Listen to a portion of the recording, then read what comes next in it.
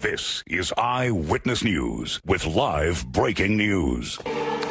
Breaking news now at 11, as you just saw, that ABC News special report. The first group of the final hostages remaining in Gaza, taken by Hamas more than 2 years ago from Israel, have been released as part of the ceasefire deal between Israel and Hamas. Good evening, I'm Jory Rand. I'm Sophie Flay. It's a historic and emotional moment many people have been waiting for. We have been watching these images for about the last 45 minutes or so. We have seen people cheering. We have seen people crying. Again, just an emotional moment for so many people across the world. Yeah. Video just into our newsroom again, showing the excitement. You saw that from a crowd in Tel Aviv amid the news that was Hostages Square. That's what we saw, that large crowd of people. Right. It is morning in Israel, in the Middle East right now, and in a scene kind of reminiscent, I think, of the gatherings that happened after the announcement of the killing of Osama bin Laden here in America. Just kind of a spontaneous gathering as we take a live look right now from Tel Aviv of that group. Hamas released 7 Israeli hostages into the custody of the Red Cross this morning. At this point, we don't know their condition, but we believe there was about 48 hostages left in Hamas custody. 20 of them are believed to be alive. That leaves 28 who have perished in these last 2 years. President Trump mentioned that some of them will basically have to be exhumed, taken from the ground, so their remains can be returned to their families in Israel and around the world. 1 American is among those believed to be killed in Hamas custody. And we've heard from some of the reporters there on the ground talking to those families of the hostages they are expecting to see home. You can see that there is some cheering going on right now. I can't quite hear the audio, but you can see the excitement that people have. Again, Jory, you mentioned we don't know the condition of these hostages. We will learn that, in the next few hours, in the coming hours, as they return home, and as we hear more from the families, we hear more from medical officials, we'll learn much more as to what they have endured over these last 2 years. Yeah, this must be such an emotional day for so many people. We're talking about Palestinians and Israelis, but the focus right now is on Israel and the return of those hostages. Their condition. This is something that President Trump has been working on for some time.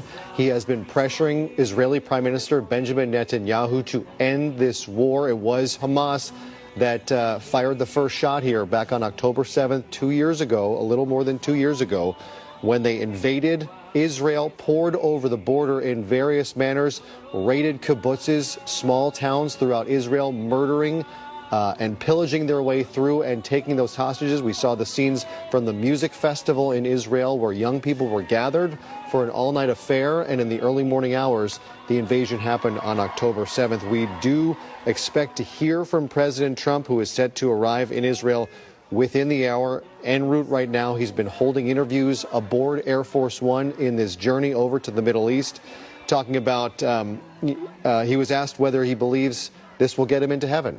And he says he doesn't believe he's generally heaven-bound, maybe in life, but on that plane right now, he felt like he was one step closer. Also en route, the Red Cross. The Red Cross is leading this transfer of hostages. We know that there are 7 Israeli hostages in their custody, and we are waiting to learn more. But here at home, the Museum of Tolerance lighting up in blue in honor of the hostage release. The light shining for all the living hostages returning home and remembering those who didn't survive captivity. The museum saying in a statement, the Museum of Tolerance will continue to stand as a home for remembrance and hope for all who believe that humanity can and must do better. And a live look tonight at the Western Wall, also known as the Wailing Wall in Jerusalem, part of Old Town there. Crowds gathering at this holy site to pray amid the news of those first 7 hostages being released from Hamas custody.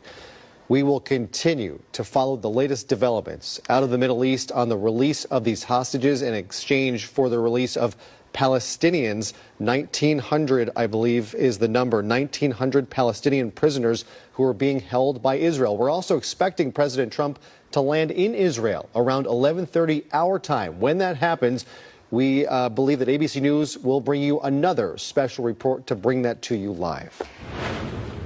And as we prepare for rain to hit parts of Southern California tomorrow night, preparations are underway to keep the communities surrounding the recent burn scars safe. One area of particular concern, the Altadena area. Neighbors getting sandbags at 2 fire stations, getting ready for the rain. The city of Pasadena installing K-rails to protect the parts of the community that are most at risk for mud and debris flow. We already